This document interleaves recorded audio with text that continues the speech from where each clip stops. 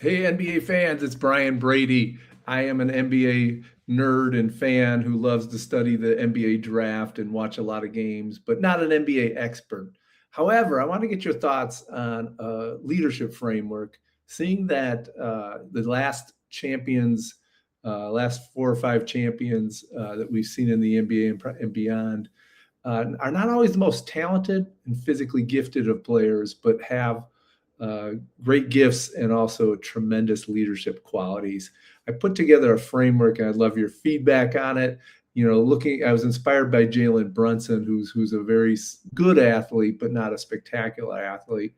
But he is a spectacular leader. Similarly with SGA, Nikola, the Joker, Jokic, and other champions like Steph Curry, etc. But we don't have many rubrics and frameworks for how to identify these leaders. And with the NBA draft coming up, which of these players are the best leaders? So I create a leaderboard. I use some AI, took my leadership framework. Let me share it with you and see what you think of it. So this is called the 5 C's of NBA leadership. I divide leadership up into competitiveness, 3 points. Clutch gene is another 3 points. Character is 2 points. Character to me is that steadiness. Usually, sometimes you can tell this from the family that a NBA prospect comes from. Do they come from really a solid, grounded family? Are they, do they know who they are and what their values are?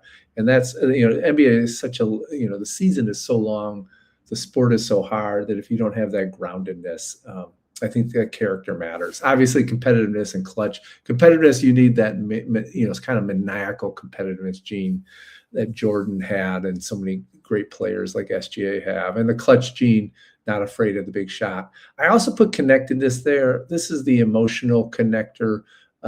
Using Jordan as an example, this might have been his weakest spot. Sometimes he wasn't a great connector. So I'd give like Jordan a 1 on that. Communication. This is the ability to sort of articulate what's needed to your teammates at a certain time and to analyze the situation, be able to communicate it effectively. Different styles to communicate.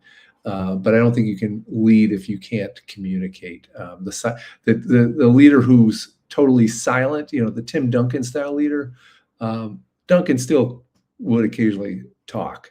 He wasn't that can work. But if you're completely silent, say go to baseball, Harold Baines, I don't think that works as a great leadership style if you're completely silent. So who are, the scores to me, 10 to 12, you're a complete leader. 9, you're good, but not elite. 8 or below, you're kind of a risk that you might actually, have star talent, but you're not going to be a lead cornerstone of a championship team. I do see people improve over time. Think of Jason Tatum, who I think was maybe an 8, 9, and then I think really grew into a 10, 11 in his leadership skills. I also think being around great leaders can boost your score. So Karl Anthony Towns, I think, was more of an 8, 9, but being on the Knicks with Jalen Brunson and Josh Hart and some other superior leaders elevated his leadership score. So let's apply this to the NBA draft. I do not watch a lot of, I watch some film, but I don't watch all of these folks. So I mostly dump this into AI, Claude AI, and said, here's my framework. Help me look at some websites. Help me analyze who the top leaders in the NBA draft are.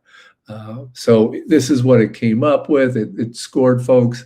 I've heard. I don't agree with everything. Just I've heard Kingston Flemings and Mikel Brown get interviewed, and I was more impressed after those interviews with them, and so I wouldn't score them this low.